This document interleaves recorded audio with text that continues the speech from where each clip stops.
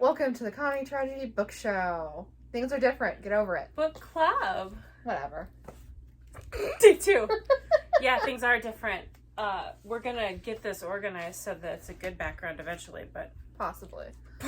Oh, you need your phone so we can read the synopsis. Oh, yeah. Yeah. Do you want to tell the kids We at home? haven't done this in a while. Forgive us. Tell the kids at home what we read. Yeah, we read Sharp Objects. It was a mistake. Let's get into the synopsis. You know, okay, mistake, first of all, is a strong word. It was a mistake. Okay. This whole book club Was so a far mistake? has been a mistake. We haven't liked a single thing. That's not true. You vaguely liked Rebecca. Rebecca was very forgettable. Okay, but you liked it. I suppose I did like it well enough. Okay, I'm gonna read the synopsis. All right. Get ready. Okay, Sharp Objects. Fresh from a brief stay at a psych hospital, reporter Camille Preaker faces a troubling assignment. She must return to her tiny hometown to cover the murders of 2 preteen girls. For years, Camille has hardly spoken to her neurotic, hypochondriac mother or to her half-sister that she barely knows, a beautiful 13-year-old with an eerie grip on the town. Now, installed in her old bedroom, her family's Victorian mansion, Camille finds herself identifying with the young victims a bit too strongly. Dogged by her own... No, great. Dogged.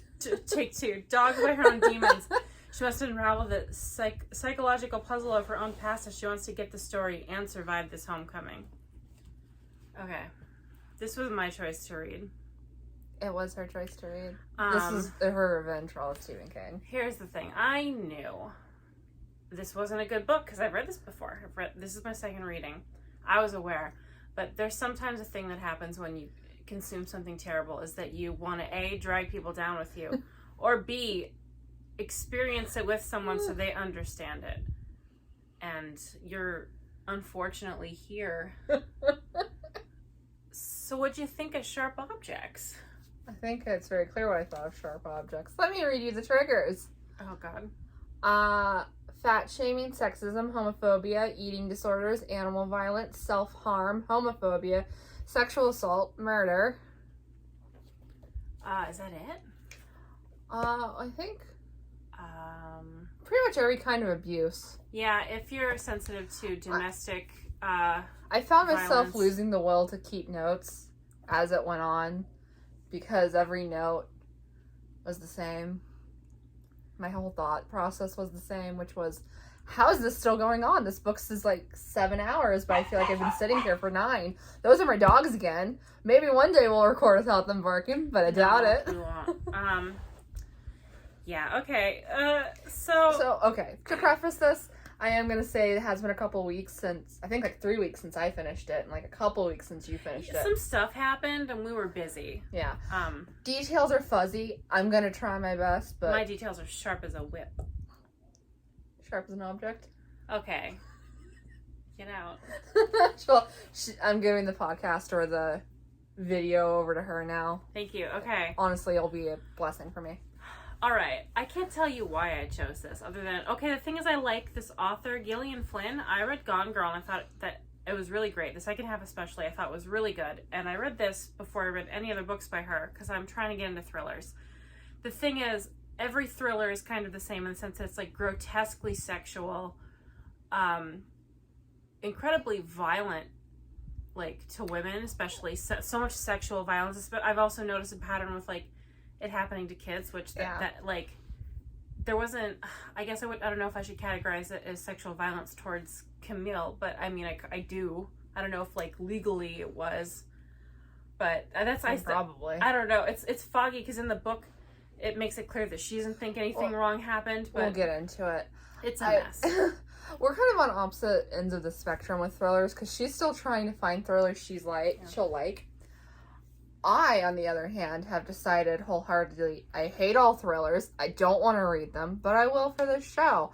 I didn't think I was going to like it, and as it started, I realized just how deeply I didn't like it. I don't think I have more on the list, and I will not open this right now, but I will keep it prepped. But I won't make you read more thrillers, I promise. Even though you're going to make me read a bunch of Stephen King. That's why I said I'll read them for the show. It's only fair. Oh, yeah. I loaded our potential reads list up with things that I am testing our friendship with. Also, as an aside, we read You Love Me this this month. So good. I have yet to read a thriller where I didn't feel every single word. I'm upset because I loved the first Well, actually, I loved the show. The first book. It was okay. It was better than the second or the third. Wookie is like going to town over there. She's just like, give me attention, please. She picked up a lot of bedding and put it in her hammock, which I'm going to deal with later. It's not the worst thing she's done today. And it won't be the worst thing she does before bed. Anyway. Yeah. Should I say my tallies? Should I start with my tallies? Okay, I had a tally this time. If you've ever read this book, you know exactly what the name of the town is, Wind Gap, and they reminded you 118 times they said Wind Gap, and I know I missed some. I know in my heart I missed some. So that's my tally this week. This week? No. This book. Yeah, this book. Again, it's been a while since we read this one. This didn't exist the last time we recorded.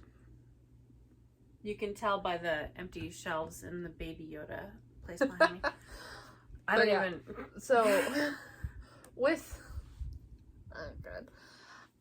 So, the book starts off kind of boring, in my opinion, but basically, Camille, she works at a newspaper, and her boss is just like, hey, you know that town you grew up in that, like, really fucked you up? Well, there's some fucked up shit happening there, so why don't you go, figure out what's going on, because you're a local. Everyone remembers you, I'm sure. Her boss knows exactly, I think, how bad it was, too, because, like, it's established later on, they're really good friends. They're really close. She's very close to the boss and his wife. So, yeah, like, going on, it's like, why would he ever send, like, even for reads or whatever, like, to send your friend somewhere that you know traumatized her deeply, but whatever, it's a thriller. You have to have some of your disbelief, like, you gotta shoo it away, because thrillers are ridiculous in every sense of the word. Yeah, and then, to sum up the rest of the book, quickly, she goes to the town. She remembers some stuff about her childhood. All of it's fucked up. She investigates the killer. She thinks she finds out who the killer is. She was wrong. And, and again... Spoilers, I guess. I tried to like this book. I was stoked the first time, because I was like, oh man, this is a big thriller author. You think she's good, and I do think that Gone Girl was a good book. I think it was well executed. Oh, and to be clear, I don't think this was a poorly written book. Other than the use of Wind Gap. I don't think it's a poorly written thriller. I just don't like thrillers. Because I also don't really like most true crime. You know, those terrible murder shows on, like... Investigation Discovery. Exactly. Where it's just like, they're reveling in all the gross details. They make me feel bad as a person, and that's how thrillers make me feel. They make me feel bad. I like the normal ones, the ones that are less grotesque in their exploitation. She likes documentaries. Yes, I like documentary. That's a good way of putting it. Yeah, and I haven't tried a podcast, but the like that serial one that was going around for a while is actually pretty good, but the problem is, like, there's no resolution. There's some on Audible I might try. I would suggest. I adore crime documentaries. We watched I'll Be Gone in the Dark, not recently. No, not recently. And I read most of the book. I couldn't handle it very well, so I had to stop. But again, it was excellent. Again, when it's like real things happen to real people, kind of gross feeling. That's the thing, yeah. It's gross when it's like people taking advantage of. Not that I think that Michelle McNamara is it McNamara. I don't think that she was taking advantage. She obviously was like very into it, and but like Investigation Discovery is so disgusting. Like hers was like a very respectful show, which is like. That being said, I do understand why people enjoy those shows. I'm not judging people for enjoying those shows, but also I've never heard someone say they watch those shows without like a little bit of shame in their voice. We used to watch marathons of I Killed My BFF, and every time we watched... did that like twice, maybe 3 times. Yeah, because we felt gross. Yeah, and we did feel bad. I remember just being like, if I was going to kill you, I would never do it like this. Which is true. I'm happy about that. If I was going to kill you, I'd probably have it be rat related, because I think that's what you'd want. Yeah, honestly. Yeah. Like, if I died and my rats ate my body, I'd be okay with it. Okay, no, but the thing is, you say that kind of thing, like, a lot. Because you bring it up a lot. Every single time my dog is being annoying, and I'm, like, saying she's cute, she's just like, she'd eat you if you died, and it'd be like, that's fine. She needs to survive. I'd be offended if my rats And then she's just like, what about the cats? And I'm like, that's fine too. And she's like, what about the rats? And I'm like, yeah, sure. She's the one who brings it up. Don't believe her. She means it, though. I would never let my rats eat me. I'm dead. What does it matter? My rats die with me. When I die, they're going to be buried with me. And I've told you, if I died, Cujo would curl up next to me and just stop living. That's true. She'd probably throw up on your carpet first. Anyway, should we get to our notes? Probably. We're avoiding again. We do this a lot. We are very good at hosting a show. Oh my god. Oh no, what's your first note? My first note is, I'm gonna hate this. My first note is, here we effing go. And then my second note's already fat shaming. It happens really fast, which again, I'm not surprised. Thrillers are kind of hard to talk about this kind of thing with, because part of the point of the thriller is that it's just like so steeped in disgusting behavior. You're not supposed to root for them. You're not supposed to be happy with these characters. The point is that you're just like, at least I'm not like that. Yeah, my second note is, I did not like this character the first time, and I still don't like her. And I don't know if you're supposed to like Camille or if you're supposed to pity her. I don't think you're supposed to like anyone. I feel like a protagonist in a thriller isn't meant to be someone you necessarily care about. Yeah. Unless it's like a Karen Slaughter, which she puts so much into her characters that you can tell she like really cares. But with something like this, like, it's easy with Gone Girl because you know you're supposed to hate both of them. But with this, I don't know if you're supposed to like Camille because she kind of sucks. I've never read a thriller where you're supposed to like anybody, to be honest. It feels like a Stephen King kind of thing of like, I just need a protagonist. It doesn't matter if they feel like a person or if they're likable. I just need someone to carry this story with them. My next note is 32 minutes in and I'm bored. Weird for a grown woman to notice adult boobs on a girl that's barely in her teens. Because Camille kind of weirdly sexualizes her sister, but like other girls too. Yeah, I noticed that. And it's like, I don't know if it's because she was sexualized or what, but she comments a lot on how like sexy her barely 13-year-old sister is. And it's like, if you want to comment on like her having a full figure or something, there's different ways to say it without you literally saying like that she's sexy or stuff like that. My next note is, why do all thrillers do weird things with sex? Yeah. Because they all do it. God. And it's just like, it's not even creative or actually weird stuff. It's just like, this will make someone feel uncomfortable. And by the time most people who like thrillers consume them a lot, kind of like people who like romances, just because there's a ton of content. You can get them for fairly cheap. Like, the industry is oversaturated, so you just burn through them. By the time you get to a lot of this stuff, you're desensitized. I'll say two notes. Real quick, one is 30 minutes in. She's already said the name of the town 50 times. But my next note is, like, 99% of thrillers, it's weirdly sexual. Like, sex is always weird for no reason. Which is vaguely, like, I don't understand why in thrillers they have, like, weird sex stuff. It's not just, like, very sexual. It's not, like, erotic thrillers. It's, like, the sex stuff is strange. Yeah. And it's, like, is it just because it wants to creep you out? And but, like, it feels so cheap. It feels like American Horror Story. It's, like, how do I be creepy? Just make it sexual. And it's like, no. Yeah, I personally find that, like, kind of cheap for story detail. It's kind of like when you have nothing else happening in your book, but you want people to cry, so you kill off a random character. It's cheap. It doesn't really do anything. I'm not one of those people that needs a character to die in order to feel something. And if a character has to die for me to feel something, you've done something wrong as an author. I agree. My next note is, it's so short, but I still feel like there's a lot of unnecessary details. And I think that I felt that way because the book just dragged. Oh my god, this book was so slow. I think something like that, though, is like their attempt to build atmosphere. Probably. It's like, you say what the weather feels like, you say what the streets feel like to walk on. It's like, but I don't care about that kind of stuff. Like, I don't ever. My head makes up my own atmosphere based on, like, the tone. I don't need you to tell me how many leaves are on a tree. I do like that kind of stuff when it's incorporated into a scene, not just plopped down in the middle of the book like a dog taking a dump on the carpet. For Cujo puking on my carpet. The first time I read this, I couldn't keep the name straight. Amma is an old lady name, yet that's what the 13-year-old has, which isn't exactly a great observation, but I remember the first time I could not keep the name straight, which is just a problem I couldn't have. Either. Amma, who names a 13-year-old Amma? I had such a hard time with these names. My next note is, the main character is awful. Huh.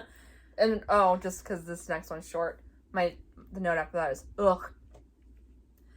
The funeral's the next day, question mark. Oh, yeah. So, like, they found, okay, because she goes to the town because a girl is dead and another one just went missing. Shortly after she gets to town, the girl that's missing is found.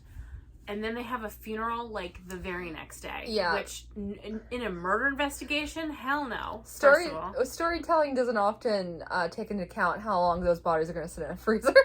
Like if it was a memorial, that would have made more sense, because it's like, yeah, of course, but like it was a full on funeral, and it's like that's not even enough time to do anything. Yeah. Like, especially get the body released to you when there's no way they would have even managed to do the autopsy in like less than 24 hours to have everything done. Yeah, absolutely wild. And then my actual note. Oh yeah, more grotesqueness. Like having someone cut open a pregnant person and rearranging their insides is so needlessly gruesome. I hate that, because she keeps mentioning like other terrible things that have happened because she is a journalist, and it's like, did Gillian Flynn just pick a bunch of awful things out of Top Hat? Like, pregnant person, mutilated, left in the street. And it's like, you're not adding anything. Yeah. We already, you can just say she's had worse stories, because we live in the real world and we can, like, surmise what that means. My next note is so quietly judgmental over everything. Quietly. Yeah, this is still the beginning. You know what? It sucks, because I actually thought the adaptation was very good. Like, like the story isn't the problem. I think I don't want to say poor writing, but I don't know. It was definitely elevated. But if you take away everything from the story and strip down to its bare bones, basic thriller. It's so basic. Yeah, but what thriller isn't basic? I mean, You's got a unique twist to it. I guess it has a unique way of telling the story. Everything's been done before. That's not the point, though. It's because you can still surprise an audience. The whole point of a thriller is the twist at the end. And this twist, I find it hard to believe everyone didn't see it coming. Well, she wrote this one a while ago. Like, I think, did she write this before or after Gone Girl? Do you remember when I looked it up? I think it was before. I think it was many years before. Because, like, oh my god, Gone Girl, I wish I could read that and not know what the twist is, because, absolute excellence. Such a shame. I don't understand why everything requires an unlikable protagonist. I swear to God, they need to stop saying when gap, I'm gonna lose my mind. Then I said, so her sister is annoying, ? And then I also said, the narrator reads this so softly instead of cold, like the writing would suggest it should be. So, like, yeah, I listened on audio, as I do. Yeah. I didn't like the narrator. She did that. So there's a certain type of narrator that reads everything, like, in a soft, gentle voice. Did not work for this. Did not work at all. With me, typically I can get past a narrator I don't like, but sometimes I can tell that's making me like the book less. This one I didn't care too much about either way. The narrator very rarely makes me like or dislike a book. It's just when my nerves are already being rated upon, it does not help. Yeah, my note is, quote, I am a cutter, you see, unquote, which is just objectively a bad line. Like saying you see, or saying you see inner monologue is, it's just the inner monologue was atrocious, and like having in her head her being like, you see, like that's not how people think, and just like I think that's just like an editing issue. So my next note harkens back to one of the triggers. It's like there's just a lot of detailed animal slaughter. I forgot to mention that to her before we read it. Yeah, I got to the point where if she even mentioned the slaughterhouse, I just clicked the skip button. I recommend anyone reading that also do it, because you don't really learn anything important, and it's so awful that like I'm not even very sensitive to animal things, but it was terrible. Mm-hmm. Yeah, I just again made me feel so disgusting. My next note is I wish I was reading Gone Girl, and a third you see. So, this was like a little bit of a nitpick. There's a line in the book where they say you can count the number of female serial killers on one hand. Bitch, no. First of all, 1, 2. And then,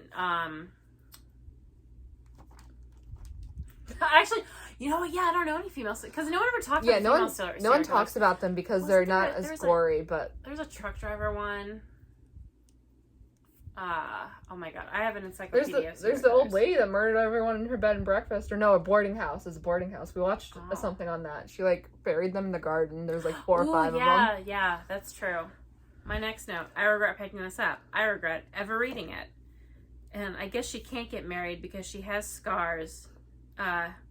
No, Camille, it's because you're unlikable. Yeah, she commented a lot on how, like, no one would want her. And it's like, I don't know. I guess I hated her so much that everything she did irritated me. But, like, she also did sleep with 2 people in this book. So clearly, someone wants you. Well, when one of them found out that she was all scarred up, he never called her again. I remember thinking that was and the other so one, I strange. think, was freshly 18. Yes. It was so weird to me reading this book the first time. He was, like, so into her, the first guy that was not a child. Weirdly into her, honestly. And then he saw the scars, and he was just like, yuck. And he looked like he was kidding? This is like a homicide investigator, and he saw her scars, and she said something like that he wanted to vomit or something. Who reacts like that if you see someone who's obviously self-harmed or possibly been, like, brutally abused, your reaction is to be disgusted? He sucks anyway. She could do better. Hopefully with someone her own age. So, my next 2 notes kind of go together. One is, this book is a burden. And the other one is, why do romances get ripped to shreds when books like this exist? So basically, I get really annoyed when people talk about romances and how problematic they are, because a lot of time it feels like they're foisting the blame of abusive relationships off the abuser and onto romances and romance writers. When you ask any woman who reads romance, she will tell you that she's not looking for her future hubby in a romance. She just, wants to have a little fantasy. I want to read about it's her entertainment. I want to read about Kylo Ren being in love. I don't want to be in love with Kylo Ren. So yeah. So this book is so much more harmful, but because it's intentional and you're not supposed to want to be like this, it gets a free pass. I don't agree with that. Do you want to talk about the gay representation in this book? See if it made you mad too. I don't remember. There was 2 teenage girls. One of them, I think, was the mother of one of the girls. And this is way back when. There was 2 lesbian girls, and the whole town hated them because they were gay. So one of them just slept with a ton of guys. Oh, I do remember and that. Everyone tortured her. And then I think she killed herself. And it's just like, so you got 2 gay characters in this book, and you do that. Like, I guess it's just, everything gross, I just chalk it up to thriller. But it's like, it's lazy writing. You can be thrilling. You can be, like, edgy, you can be gruesome. You don't have to be trashy. Yeah, that's, again, you get a free pass because it's a thriller and it's supposed to be like that, but it's also contributing just as much to the media that you're consuming as the romances you're reading. So. Sir, there's his bug. Oh no. Get out of here. Get out. He's fine. Is he? Don't crawl towards my bed. Learn your lesson, Chief. Anyway. Yeah, so that really, the girl killing herself after she slept with a ton of guys to prove she's not gay. And it's like more gruesomeness for no reason whatsoever. He's fine. Look, he's crawling. Are you happy? I'll save him later. Do you need to save him? The cats will eat him. Y'all don't need this. Bye. Anyway, okay. Her grandparents were so mad that the mom got pregnant that they both got cancer. Do you remember that part where she suggested that Camille's mom's parents were so angry that she got pregnant that they gave themselves cancer, like it caused cancer? Do you remember that? I don't remember that. Because Camille's mom got pregnant when she was 17, and then her parents died shortly after, and she's like, they were so mad, it gave them brain tumors, and it's like, that's not, I don't think that's how that works. Oh yeah, there's this part in the book where I have a lot of notes. I'm not going to read all the notes, but basically, so Emma does a lot of hardcore drugs and sleeps around because, that's what 13-year-olds do. And she peer pressures and slut shames her sister until her sister also does drugs with her. Yeah, they do acid or something together, right? Or Molly? Something from the medicine cabinet. I can't remember what. Percocet. Wow. Yeah? Okay. Percocet. No way. No way that Percocet. It was one of the big ones that you can find in a medicine cabinet. But Oxy. It was Oxy. Okay. And I hated that whole sequence. It's just like Camille is over 30, and she's being pressured into doing drugs by her 13-year-old sister. Can't stress. What the fuck? Can't stress enough that she freshly turned 13, And she has apparently been doing drugs for a long time and been sleeping with people for a long time. Yeah. And it's like, I was a 13-year-old in a small town also. I grew up in Kansas, okay? That's how a couple people were, but they act like every single girl this age does this kind of stuff. And no, they effing don't. They really don't. Yeah, my notes, I got a lot of like, nitpickies. Like, I hate Emma. She thinks her mom wanted to lick her like a baby, like a cat. Oh yeah, because she talks about her mom biting a baby, and she's like, I thought she was gonna lick her like a cat, and I was just like, okay. The boys who cornered the little girl and sexually assaulted her, more outright unneeded violence, because authors who do thrillers think they need this. What little girl was it? I don't take very good notes. Again, it's been a couple weeks since we've read this. So there's like a lot of judgment in this book, but there's a lot of judgment specifically toward TV, which feels weird for a book that came out, I think, after 2009. It was 2009, yeah, so it's just kind of weird. And then, like, toward the end of the book, I was just like, how did it take her this long to suspect that her mother was drugging her dead sister? It's so clear. Okay, so basically, Camille has a sister who died when she was a kid, and from the moment that line popped up, I was like, oh, the mom did it.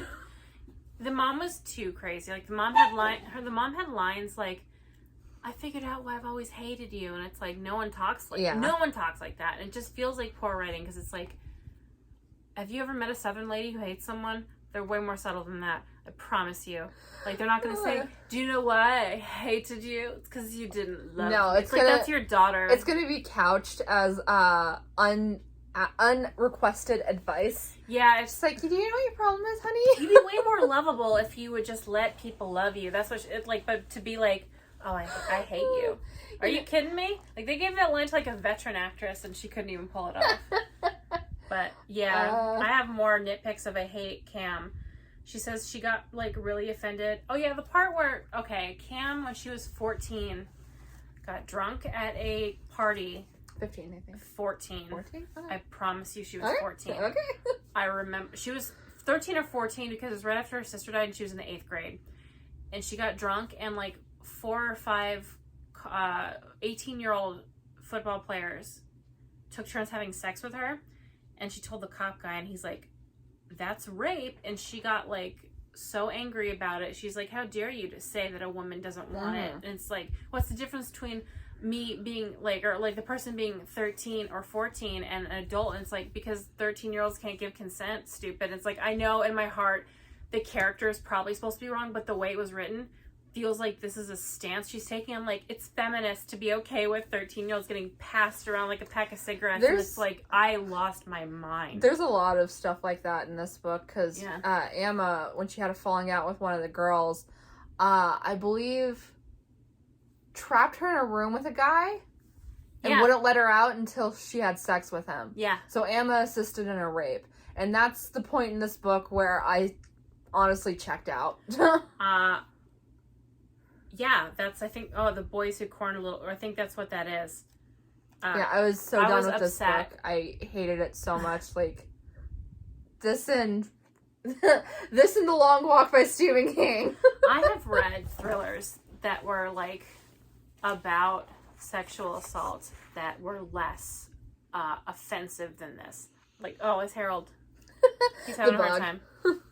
Yeah, it just, so gruesome. Yeah, it's like, it's so, yeah, it says the cop saying 13-year-old getting raped was so, her getting mad at the cop for saying 13-year-old got raped was infuriating because it feels like the author thought it was Cam's fault, and the show didn't do that. The show made it really clear that Cam's initial view of that, which was different in the show a little bit, instead of being drunk at a party, she was out in the woods and she just had sex with 4 boys, and it doesn't ever really say, like, why or anything. But in the show, it's made really clear that it was wrong, whereas in the book, it genuinely feels I'll like... take care of him real quick. He's like... Exactly. Poorly handled in the book. The show, I think everything was done a million times better in the show, honestly. Like, if you want to consume the story, I would suggest absolutely don't read the book, watch the show, because even the twist is a lot better. Like, the twist is bad. The twist is so good in the show. Like, it hits you like, oh my god. And there's an after credits scene, which is like wonderful. So genuinely, if you want to consume the story, watch the show. Probably. Yeah, so the mom is so over the top in reference to her being like, you know what, I hate you. I love that now every character in every thriller is always wildly cartoony. Yeah. Like, I hate that kind of thing where, like, you would never meet a person like that, and I understand, okay, that it's a book. You're not going to meet book characters in real life, but you can at least try and make them feel like they're sort of human, especially when they are human. Like, if you're going to make Pennywise not sound like a person, that's fine. But this is someone's mother. Mm-hmm. Apparently there was a line in there where someone said sickness sits in women. Yes. Don't know where that was from. There's a lot. It irritated me. There's a lot of that kind of thing, the insinuation that, like, oh, the women are mad. A lot of just end already. I hate everything. Why is this happening? I'm gonna do what Gabby Hanna can't do and apologize wholeheartedly to you for what I've put you through. I should never have suggested this. I should have, like, tried to remember better. Yeah, what this book needed was toxic masculinity. So basically, when Camille sleeps with the 18-year-old, her police boyfriend catches them, and he's just, like, so mad. He is so mad. He's very offended. He acts like he is owed an explanation that she did this to him personally, and that there's something wrong with her. Okay, admittedly, if you're 32 sleeping with someone who just turned 18, it's not great. But it was, I don't even want to defend it. It was legal. And they weren't dating, her and the cop. They had sex one time, and neither of them took their clothes off, which I think makes it count less. Right? And my following note is, let's not pretend the sheriff would have cared if John was of age. Yeah, he was drinking in a bar and no one cared. Yeah, let's not act like a sheriff in a small podunk town is going to give a shit that the 18-year-old got. Let's add some context. The 18-year-old she slept with is the brother of the second girl that went missing that showed up dead. Camille met him because she was interviewing him because his sister got murdered. So, I mean, it feels like she did kind of take advantage of someone who was emotionally in a terrible spot, who was very young. The male sheriff from this very white podunk town is not going to give a shit that the 18-year-old got some tail. I know he doesn't care, but I sure do. Okay. My last note is he fell for her. They've talked 3 times, and that's in reference to the toxic masculinity. Is that all your notes? I have so much more. Yeah, I think I gave up. Casually sexist out-of-town cop. Hated him last time, too. A non-romance romance. Ding, ding, ding. Mom casually saying she doesn't touch her because this red herring needed some crimson. Yeah, the mom casually saying she doesn't... Oh, no, she doesn't love her because this red herring needs to be crimson. Yeah. I have the worst handwriting. Mom is a 10 out of 10 psycho. Such a weird sex scene. Was it supposed to be hot? Did the sex scene come off to you like it was supposed to be hot? Because a little bit for me. Which one? The first one. Wait, no, hold on. Oh, is it? There he is. He lives. Oh my God, Harold! Just don't go in my clothes. It's fine. Either of the sex scenes, I guess. They didn't seem hot to me. I guess I'm a really bad judge, though. The second one it felt gross because I couldn't remember if he was of age or not. And I knew that it didn't matter, and that's what made it gross. I'll skim through these. So, sex at Emma's age, 13, is not reciprocal and letting boys do things to you. But at 14, 18-year-olds passing you around is what she deserved. So she's upset that Emma has sex with boys. Emma, who, again, I do not believe you can give consent at 13, 14. Emma at least was sober. Or honestly... Oh, I guess under 18. Yeah. For an 18-year-old, like... If you're an 18-year-old and you're trying to sleep with anyone under 18... Yeah, maybe. There's something wrong with you. What do you think you're like? Like... My mom was 16 when she met my dad at 18, which I am, like, sketch on. So, yeah, I guess I'm very not cool with 18-year-olds being with, like, anyone under 18. But it just seems, I don't know if it was supposed to be a thing that she's, like, upset with Emma for having sex with people, and then she's like, I deserved what I got. Because it didn't, because she never, like, reflected on it. She never reflected on it. Truly, I don't know, because this book felt like, okay, this is a terrible thing I could do. Should I do it? Yes. Like, there's no rhyme or reason to so much of it, because there's no reason for the graphic, detailed animal murder. There's no reason for, honestly, there's no reason for Emma to act the way she does. Yeah, I don't really understand. Even, like, the twist included, in case you didn't know, Emma's the killer. Ooh. Mm-hmm. There's no reason for her to behave that way, because if she behaved that way, I can guarantee she would have been the first one brought in. Yeah, oh yeah, there's a quote, I think talking about, like, women getting abused. Quote, talking about women not strong enough or smart enough to leave. I remember that. I think her list of things that men had wanted to put in her says more about her choice in company than the men. Because she said a guy wanted to put a remote control in her. Mm. And it's just like, I don't know why that wasn't necessary to add into the book. Like, did you just need to sprinkle some... When she was 14 and being raped, that was all on her. But when she was an adult, choosing her sexual partners and what they could do, that's on them. Oh yeah, and her scars turned on John. Is the teenager? Yeah. Remember they turned him on? Yeah. Almost done. Okay. So we're just gonna brush past the fact that Emma and her friends got a girl raped. Right. They do, like, Camille. Yeah, they don't care. Camille doesn't stop and, like, go, oh my god, if I found out. It's treated like, well, that's just what. Okay, this is one of those books that acts like girl bullies are far more worse than, like, guy bullies. So let's not act like girls are worse. If I found out any person I knew, especially my little sister, got a girl raped, I would never think about anything else. It would ruin my entire life, and I would never be able to even look at her face again. But whatever, Camille. Does she think 13-year-olds talk like this? She, I assume, is the author. So the mom wants to have... The mom wants to have to take care of the kids, but she also hates the kids. Right? That came up, like, she loved the other little sister, but... She loves Emma, too, because she loves the ones that let her torture them, basically. And if they don't do that, then they're bad girls, and they're naughty and dirty, and all this other, like, misogynist bullshit. I was confused, because it seemed like she had such contempt. And it's like, she seemed to have contempt for Camille her whole life. Yeah. Even when she was, like, little enough to not be able to fight back against some of the, like, sick stuff. And then she stopped trying with Camille because she wouldn't give her what she wanted. And it's like, I couldn't understand, because it seemed like she had such contempt for these kids, and she still wanted them to, like, be doting. My final notes, Richard is in love with her, but he never talks to her again after he sees her scars. Yeah, he said he was in love with her? Yeah, that's my last note. It's like, he's in love with her and they've talked 3 times. No, but he's in love with her, and, like, he's so disgusted by her scars he'd never talk to her again. Yeah, it's just tragedy for tragedy's sake. That's the end of this book, is tragedy for tragedy's sake. Also, why did Camille willingly drink the poison, which she knew was poisoned? Because he yelled at her for not letting them do a talk screen, so she took she had that line where she's like, well, at least you'll get your evidence now.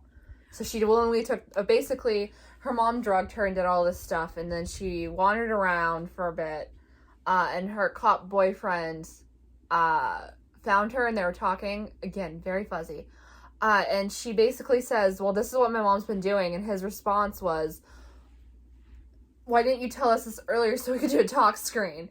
And that pissed her off, because of course when you're drugged and sick and that's how the person you're sleeping with responds, it's how you're gonna feel. So when she goes back home, she lets her mom drug her up again, so that when the cops come, what she says is, at least you got your evidence. Cool. And my final note in regards to the exposition-y ending. A true psycho-esque explanation of what happened and why. Amazing. 0 out of 10.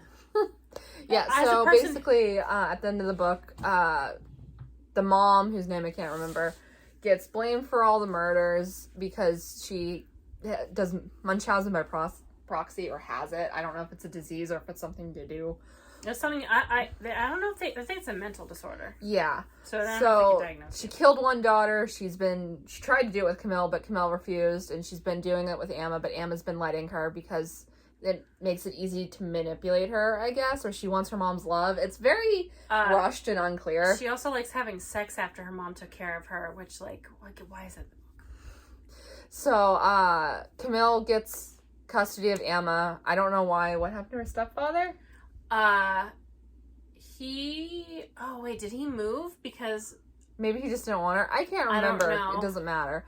But she gets custody of Emma, and when Emma starts pulling the same shit, and, like, she brings a friend over, and she thinks Camille likes the friend more, she kills the friend, and it ends with Emma in a mental hospital, and the mom's still in prison because she did murder a child. It was very strange that the twist and the ending was told as if you, like, ran into your friend at the grocery store and they're giving you a rundown of something. There was it wasn't scenes. It's like this book needed 50 more pages, and for some reason, it's like, did her editor say, I don't like it because everyone could guess that the mom's a killer. You have to rewrite the ending, and then she's just like, you know what, I'll add 5 pages and make it Emma.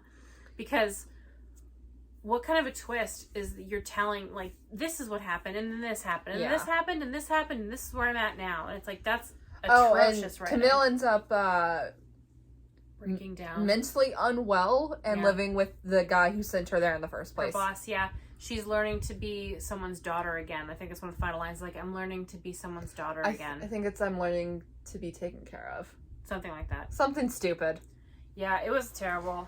I won't read again. I hated it. I hated it so much. And genuinely, it just made me feel gross.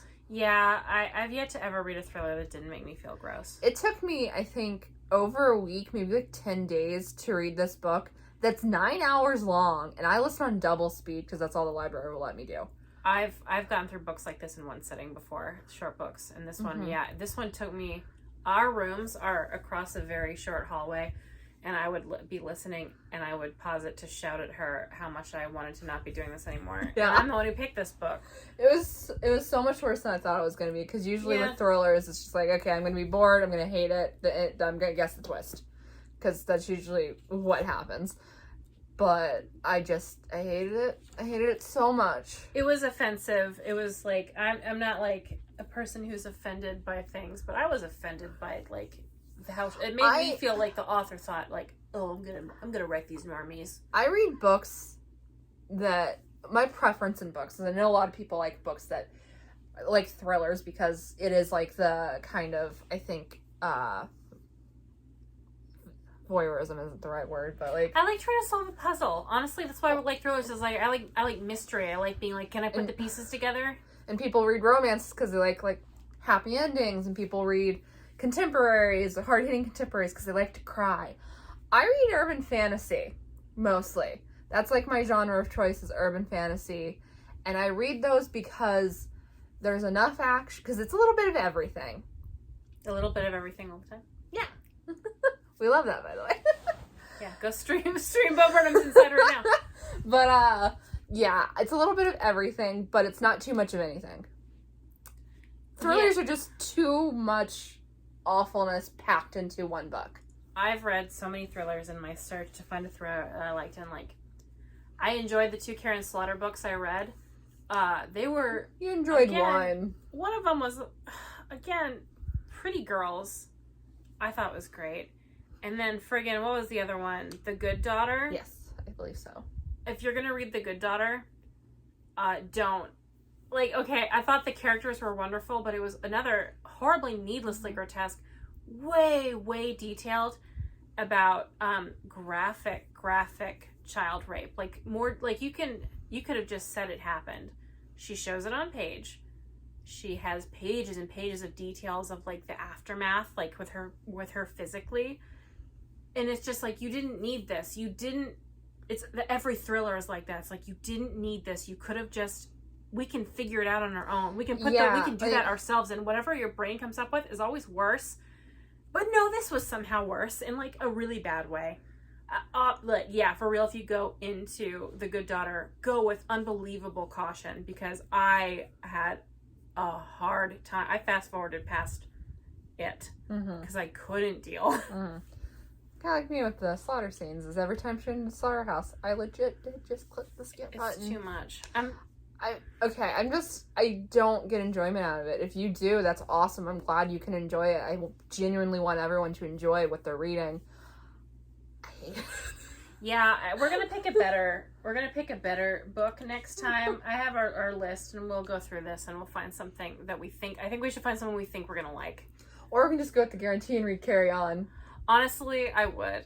You want to do Carry On? We could do Carry On right after. We can record it right after this because I don't need to take notes on that book. But this is an excuse to reread it. I'll reread it, and then we'll eventually do The Secret of the Grand Chateau because I adore that book. We won't take notes on Carry On because, like, okay, it would be a waste of time. It's just like I love it so much. Yeah, it would just be like, woo, we want something happy, so where's yeah. Baz? And then Baz. Yeah, tomorrow is the release of Any Way the Wind Blows, and my copy is in Phoenix right now. Oh, it's supposed to not get here till Wednesday, which I'm irritated on. There's a spot for it up here. I'm gonna reorganize these books because, like, I hate that this is what I'm giving you guys. Ta-da! Oh my god, we're vloggers. Do you want to be Logan or Jake? Oh, kill me. I'll be Tana. Okay. I'll be Tana. No, but I'm like horrified with myself that this is what I'm presenting to the world is like the stuff I read when I was a teenager and Sadie. But like, oh, and I love Turtles All the Way Down. And like, I haven't read that one yet, but I want to. These Funkos, I'm some kind of South Park junkie, which I'm not. Yeah, if you paid attention up here. Or different Funkos. My Five Nights, which now every time I look at it, I think about my money for this going to Scott Cawthon's political prize allies. Funkos are all the way at the top. That's the problem, is I'm really tall, so all the things I love the most I'll make you do a bookshelf tour. No. I promise, me and Sarah will work together to make this aesthetically pleasing if this is where we're going to sit. Because my butt doesn't hurt too bad. We're on the floor. If you couldn't tell. Anyway, what we're talking. This is a weird about books. Okay, so next time. Hold on. We'll talk about Carry On. Yeah, next time we'll talk about Carry On. We're also going to do some normal booktube content. Yeah, we're going to be booktubers, which means we're. But basically, we'll do some normal booktube content since we got the backdrop now. It's terrible. I'm like looking at this is hard because I hate that these are the books everyone sees, and then Snoopy over your shoulder. Yeah, Snoopy. I'm not a fan. I'm gonna fix this, but then I have to put my good books on the bottom where I can't see because I'm too tall. Like Jenna Marbles. She hates my bookshelves, so we have to record in front of hers. I don't hate your bookshelves. Really? Because you mention all the time how you want me to let you reorganize them. That's not hate. That's me trying to help you as a friend. I do alphabetically, and I don't really care if my books look uniform because I read urban fantasy and they go from paperback to hardcover, and sometimes short hardcover to tall hardcover, and sometimes paperback to short hardcover to tall hardcover. So I don't give a shit, and she hates it. If we did episodes standing up, then we would have our best foot forward with my best book and my cute bookmarks. I wonder if I should move the bookmarks down here. You could. We'll figure. This is probably stuff we should talk about off camera. For the short videos, maybe we'll stand. Yeah, we're gonna try and do vlogs. For as we're reading, and we're gonna cut in her and me separately. You'll see a lot of rats. Yeah, I have a little clip I'm gonna send you for when you're doing, because we don't know what we're gonna. Oh, are we doing Carry On? Yeah, okay. Official. We've announced doing Carry On. Yeah, so I'm gonna have a lot of footage of the rats because I'm probably just gonna have them just talking about how much I love this book. I don't have any problems with Carry On. Oh, I have a rat named Humdrum. She does, and I have a rat named Not something from that. So I'll show you Humdrum in the next video. Oh my god, should we do it with Humdrum on your shoulder? Oh, she's not that chill. If it was Merritt, maybe. Okay. Yeah, Hummy's not chill. She'd be gone. No, she's insidious. I'll be sure to show her, though. Okay, so thank you for watching. Next time we'll be happy. Yeah. Sorry for this time. Wish the bug luck. Oh, Harold. Goodbye. Bye.